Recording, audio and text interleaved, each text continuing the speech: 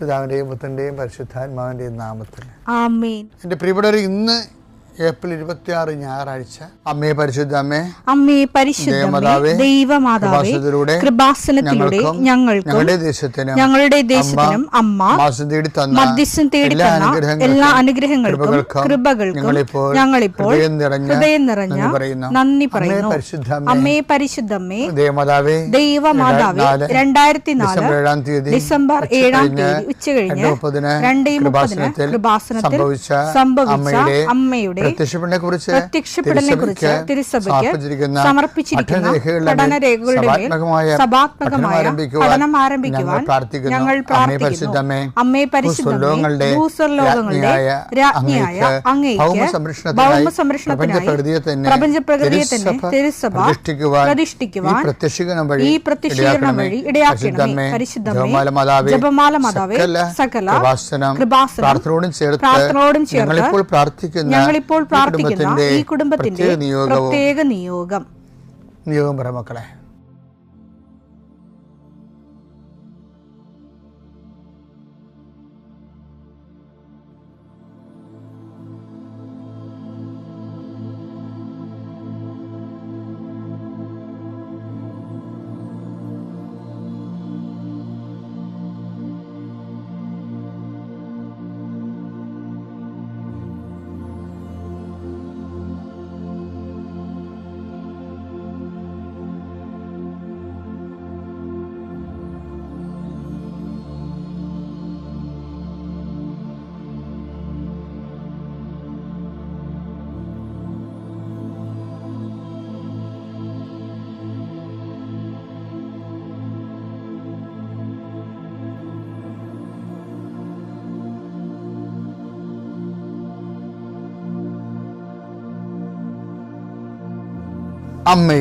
അമ്മയുടെ പ്രത്യക്ഷീകരണത്തിന്റെ ഈ അനുഗ്രഹവേളയിൽ ഞങ്ങൾക്ക് സാധിച്ചു തരുവാൻ കനിയണമേ.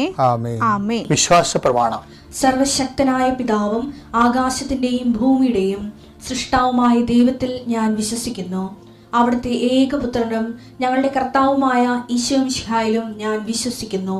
ഈ പുത്രൻ പരിശുദ്ധാത്മാവിനാൽ ഗർഭസ്ഥനായി കന്യകാമറിയത്തിൽ നിന്ന് പിറന്ന് പൊന്തിയോസ് പീലാത്തോസിന്റെ കാലത്ത് പീഡകൾ സഹിച്ച് കുരിശിൽ തറയ്ക്കപ്പെട്ട് മരിച്ച് അടക്കപ്പെട്ട് പാതാളങ്ങളിൽ ഇറങ്ങി മരിച്ചവരുടെ ഇടയിൽ നിന്ന് 3-ാം നാൾ ഉയർത്ത് സ്വർഗത്തിലേക്ക് എഴുന്നള്ളി സർവശക്തിയുള്ള പിതാവായ ദൈവത്തിന്റെ വലതുഭാഗത്തിരിക്കുന്നു.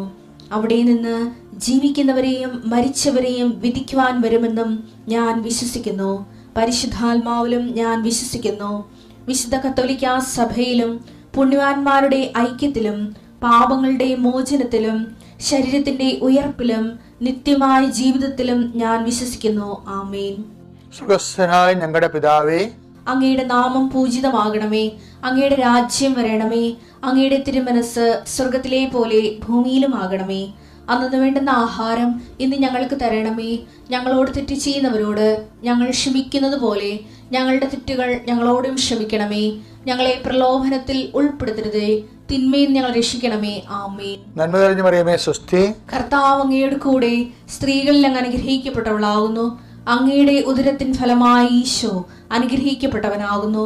പരിശുദ്ധ മറിയമേ, തമ്പുരാന്റെ അമ്മേ, പാപികളായ ഞങ്ങൾക്ക് വേണ്ടി ഇപ്പോഴും ഞങ്ങളുടെ മരണസമയത്തും തമ്പുരാനോട് അപേക്ഷിക്കണമേ. ആമേൻ. കർത്താവേ, നിന്റെ ഉന്നതമായ നാമത്തിന് സ്തോത്രം ചെയ്യുന്നു. കർത്താവേ, നിന്റെ വിശുദ്ധ പൗരോഹിത്യത്തെ മഹത്വപ്പെടുത്തണമേ. കർത്താവെ, സഭയിലുള്ള സാന്നിധ്യം പ്രകടമാക്കണം. 40 വർഷം അർപ്പിച്ച കൃപാന്റെ യുഗതിയായി കൃപാസ്ഥാനത്താരെ ജീവനോടെ പ്രത്യക്ഷപ്പെട്ട പരിശുദ്ധ അമ്മയുടെ മാധ്യസ്ഥത്തിലെ ഞാൻ അങ്ങയുടെ മക്കൾക്ക് വേണ്ടി പ്രാർത്ഥിക്കുന്നു. അമ്മേ, ഈ പ്രഭാതത്തിൽ എത്രയോ പേരാണമ്മേ ഈ ഒരു പ്രാർത്ഥനയ്ക്ക് വേണ്ടി കൊതിച്ച് കാത്തിരിക്കണത്. അവർക്ക് എവിടെ എന്തെല്ലാമോ കാര്യങ്ങളുണ്ട്. ഇന്ന് അവരുടെ കഴിവിൽ നിൽക്കാത്ത കാര്യങ്ങളുണ്ട്. കർത്താവേ, അങ്ങയുടെ മക്കളുടെ കഴിവിൽ നിൽക്കാത്ത കാര്യങ്ങൾ, ആ കാര്യങ്ങളെക്കുറിച്ച് ഓർക്കുമ്പോൾ ഭയവും പേടിയും പ്രയാസവും സങ്കടവും നിരാശയും ഒക്കെ തോന്നുന്ന വിഷയങ്ങൾ, വ്യക്തികൾ, അതെല്ലാം യേശുക്രിസ്തു നാമത്തിൽ ഞാൻ ബന്ധിക്കുന്നു. കർത്താവേ, അങ്ങയുടെ മക്കള് ഇനി സമാധാനത്തിൽ വിട്ടേക്കണമെന്ന് പറഞ്ഞല്ലേ ഈശോ. ഞങ്ങളുടെ ദാസനെ സമാധാനം, എൻ്റെ രക്ഷ ഞാൻ എൻ്റെ കണ്ണുകൊണ്ട് കണ്ടിരിക്കുന്നു. അങ്ങയുടെ ദാസനെ സമാധാനം വിട്ടേക്ക്. സമയം ദീർഘദർശി പറഞ്ഞതുപോലെ അങ്ങയുടെ മക്കൾ ഈ പ്രാർത്ഥനയ്ക്ക് ശേഷം സമാധാനം കണ്ടെത്താൻ ഇടയാക്കണം പ്രാർത്ഥിക്കുന്നു.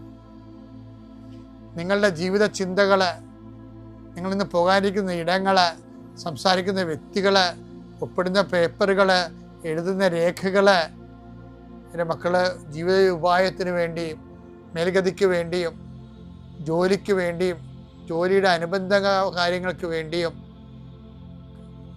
എവിടെയെല്ലാം യാത്ര ചെയ്യുന്നു, ആരെല്ലാം സംസാരിക്കുന്നു, ഫോൺ ചെയ്തിട്ട് എന്തെങ്കിലും ഡേറ്റോ കാര്യമോ തീരുമാനമോ വാക്കോ പ്രവൃത്തിയോ തീരുമാനമോ കിട്ടാൻ വേണ്ടി കാത്തിരിക്കുന്നു. അതെല്ലാം മക്കൾക്ക് അനുകൂലമാവുകയും അത് ഈശോയുടെ നാമത്തിൽ ഞാൻ നിങ്ങളെ അനുഗ്രഹിക്കുകയും ചെയ്യുന്നു. എൻ്റെ കർത്താവ്, മനുഷ്യൻ്റെ ഭീഷണി കാരണം മനസ്സിന് സമാധാനം നഷ്ടപ്പെട്ടവരെ, അവരെ നീ ഏത് ഭവനത്തിൽ പ്രവേശിച്ചാലും ആ ഭവന സമാധാന ആശംസ അറിയിച്ച കർത്താവേ, നിന്റെ നാമത്തിൽ നെഞ്ചിലും നെറ്റിലും മുദ്രവാങ്ങി നിന്റെ നാമത്തിൽ വിശ്വസിക്കുന്ന ഒരു മനുഷ്യനെയും ആരും ഭിക്ഷപ്പെടുത്താൻ അനുവദിക്കരുത് കർത്താവേ. അവരെല്ലാം ശത്രുക്കളെ കാണുകയെ വിരുന്നൊരുക്കുന്ന ദൈവത്തിൻ്റെ ശക്തിവിശേഷം നിനക്കായി വിരുന്നൊരുക്കട്ടെ. നിൻ്റെ എല്ലാ ശത്രുക്കളുടെയും മുന്നിൽ നിത്യം പിതാവും പുത്രനും പരിശുദ്ധാത്മാവും സർവ്വീശ്വര എന്നേക്കും ആമേൻ. എൻ്റെ പ്രിയപ്പെട്ടവരെ, ബൈബിളിലെ അതിരസകരമായൊരു വാക്കുണ്ട്, ഭയങ്കര പ്രാക്ടിക്കലാണ്. നിങ്ങൾക്ക് കേൾക്കാതെ ഈ പ്രഭാഷകൻ 37 പ്രഭാഷകൻ 37:28 എല്ലാവർക്കും എല്ലാം നന്നല്ല. കേട്ടോ, എങ്ങനെയുണ്ട് പരിപാടി? എല്ലാവർക്കും എല്ലാം നല്ലതല്ല. ഇത് ബൈബിൾ ഇത് വളരെ ആപ്ലിക്കബിളായിട്ട് ഫോളോ ചെയ്യുന്ന കോമൺ പ്രിൻസിപ്പിളാണ്. ഞാനൊരു ദിവസം ഉണ്ടല്ലേ, എൻ്റെ ഒരു അടുപ്പക്കാരനുണ്ടായിരുന്നു, ഒരു ഓൾഡ് മിനിസ്റ്റർ.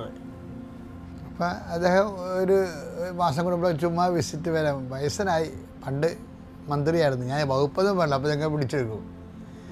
അപ്പോൾ ജസ്റ്റ് ചുമ്മാ എന്നെ കാണാൻ വരും. അപ്പം ഞങ്ങളിടയ്ക്ക് തമ്മിലൊക്കെ പ്ലാൻ ഇട്ടിട്ട് ഗവൺമെൻറ് ലെവലിൽ കുറേ യാത്രകൾ നടത്തിയിട്ടുണ്ട്. ഒരു ദിവസം ഞാൻ ഇദ്ദേഹത്തിന് വീട്ടിൽ ചെന്നപ്പോൾ ഇദ്ദേഹം വീടിൻ്റെ തെക്കുവശത്തുള്ള, അതാണ് എൻട്രൻസ്, തെക്കോട്ട് ദർശനം, വീടിൻ്റെ ആ സിറ്റ് ഔട്ട് നിന്ന് തെക്കോട്ട് ഒരു 3 സ്റ്റെപ്പ് ഇട്ട എൻട്രൻസ്.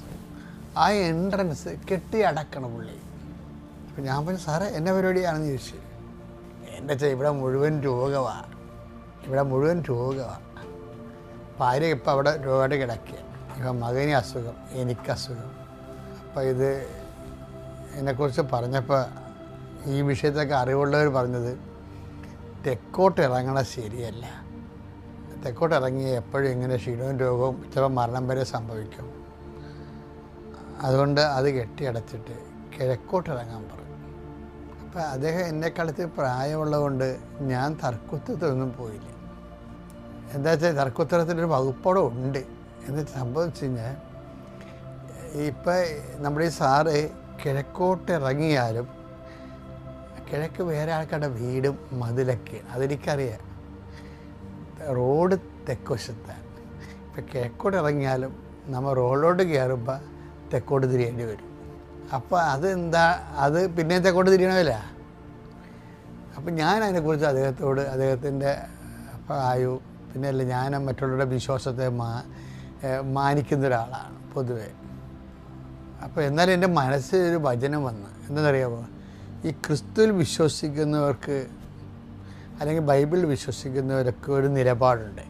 നിയമാവർത്തനം 18:14 നീ കീഴടക്കാൻ പോകുന്ന ജനതകൾ ജ്യോത്സ്യരെയും പ്രാശ്നികരെയും ശ്രവിച്ചിരുന്നു. എന്നാൽ നിന്റെ ദൈവമായ കർത്താവ് നിന്നെ അതിനനുവദിച്ചിട്ടില്ല. ആ തെറ്റാണ് ശരിയാണെന്നല്ല ബൈബിൾ പറയണത്. You are not allowed to do so. അതെപ്പോഴും നമ്മൾ ഓർക്കണം. അതായത് നമ്മൾ ക്രിസ്തുവിനെയും ഒരു കൈ പിടിച്ച് പിന്നെ നമ്മുടെ കൂടെ നമ്മുടെ പൊതുസമൂഹത്തിൻ്റെ വിശ്വാസങ്ങളെയും അങ്ങനെ നമുക്ക് പോകാൻ പറ്റത്തില്ല. ഓരോ വിശ്വാസത്തിനും അതിൻ്റേതായിട്ടുള്ള ഐഡൻറ്റിറ്റികളുണ്ട്. അപ്പോൾ നമ്മൾ തന്നെ തീരുമാനിക്കുക നമ്മൾ എവിടെയാണ് നിൽക്കണമെന്നുള്ളതിനെക്കുറിച്ച് ദൈവത്തിരുസന്നിധിയിൽ വ്യക്തത വരുത്തണം. ഇല്ലാത്തവൻ്റെ ഒരു പ്രാർത്ഥനയ്ക്ക് ഒരു പ്രസക്തിയില്ല. അത് വളരെ ഇങ്ങനെ ഇപ്പോൾ ഈ ദിവസങ്ങളിൽ ഞാൻ ഈ ടൈം എടുക്കാൻ കാരണം, നിന്നെ അത് തെറ്റോ ശരിയാന്നല്ല പ്രശ്നം. അവരുടെ കരുത്ത് കയറാനോ അല്ലെങ്കിൽ അവരെ തിരുത്താനോ മേക്കട്ട് കയറാൻ ചെല്ലണം ഒരു കാര്യമില്ല. Let them have their faith. പക്ഷെ നിന്നെ അതിനെ അനുവദിച്ചിട്ടില്ല. When you receive the faith of the Bible and its revelation, കർത്താവിൻ്റെ വെളിപാട് നീ ഫോൺ ചെല്ലുമ്പോൾ നിനക്ക് ദൈവത്തിൻ്റെ വചനങ്ങളാണ് നിൻ്റെ വഴികാട്ടി. അതിനെതിരെ വരുന്ന ഒരു സാധനത്തിൻ്റെ നിങ്ങൾ പോയി തലവെച്ചാൽ ഒരു ഗുണം ഉണ്ടാകത്തിലും തന്നെയല്ല, നീ അത് കൺഫ്യൂഷനാണ്. വിരുദ്ധാഹാരം കഴിക്കുമ്പോൾ ഉണ്ടാകുന്ന ചില ആൾക്കാർ പറഞ്ഞേ മീനും മോരും കൂടെ കഴിച്ചു കഴിഞ്ഞാൽ വെള്ളപ്പാണ്ട് ഉണ്ടാകുമെന്ന് പറയും. അത് കുറേയൊക്കെ ശരിയാണ്, വൈദ്യശാസ്ത്രപരമായിട്ട് ശരിയാണത്. അപ്പം അതുകൊണ്ട് ചുമ്മാ വിശ്വാസികളുടെ കൂട്ടത്തിൽ കുറേ വെള്ളപ്പാണ്ടുകാരുണ്ട്. അവർ വിരുദ്ധാഹാരം കഴിച്ച് വെള്ളപ്പാണ്ടാകണതാണ്. അപ്പം അതുകൊണ്ട് ബൈബിളിൻ്റെ ഈ കൃത്യമായ സ്റ്റാൻഡിങ് ഇൻസ്ട്രക്ഷൻ ഉണ്ട് ഈ വിഷയത്തിൽ. അതുകൊണ്ടാണ് ഈശോ പറഞ്ഞത്, ഞാനാകുന്നു വഴി, ഞാനാണോ സത്യം, ഞാനാണ് ജീവൻ. നീ അതല്ലേ ഫോളോ ചെയ്യണത്. അപ്പോൾ അത് തന്നെ ഫോളോ ചെയ്യുമ്പോഴാണ് ഇപ്പം നമ്മൾ ചിലർ പറയുകയല്ലേ, for best result use Eveready battery. അത് കമ്പനിക്കാരെങ്ങനെ പറയണത്, അവിടെ ആ ടോർച്ചിൻ്റെ ആ പ്രകാശം സമ്പൂർണ്ണമായിട്ട് കിട്ടണമെങ്കിൽ അതിനുവേണ്ടി ഡിസൈൻ ചെയ്തിരിക്കുന്ന അവരുടെ ബാറ്ററി ഉണ്ട്. അതാണ് വിഷയം. അല്ലാതെ എവറെഡി ബാറ്ററി എടുത്ത് കൊണ്ടുപോയി തോഷോ ഇടുകയോ അല്ലെങ്കിൽ റേഡിയോ ബാറ്ററി വെക്കുകയോ ചെയ്ത് കഴിഞ്ഞാൽ കമ്പനിക്കാരെ ഉത്തരവാദിത്വമല്ല. ഇതൊക്കെ ഒരു ഉദാഹരണം മാത്രമേ ഉള്ളൂ. ഈ ഉദാഹരണത്തിനും ഉപമകൾക്കും ഒക്കെ അതിൻ്റെതായിട്ടുള്ള ലിംബൻ ഡെഫ്നെസ് ഉണ്ടാവും. എങ്കിലും പെട്ടെന്ന് കാര്യം മനസ്സിലാക്കാൻ വേണ്ടി ഞാൻ പറഞ്ഞതേ ഉള്ളൂ. അപ്പോൾ വിശ്വാസത്തിൽ നീ ഷാർപ്പനാവുക. ബാക്കിയുള്ളതെല്ലാം ദൈവത്തിൻ്റെ കയ്യിൽ നിന്നാണ്. ആ ദൈവം നിന്നോട് സത്യസന്ധത പ്രവർത്തിക്കുകയും ചെയ്യും. പിതാവിൻ്റെയും പുത്രൻ്റെയും പരിശുദ്ധാത്മാവിൻ്റെയും നാമത്തിൽ.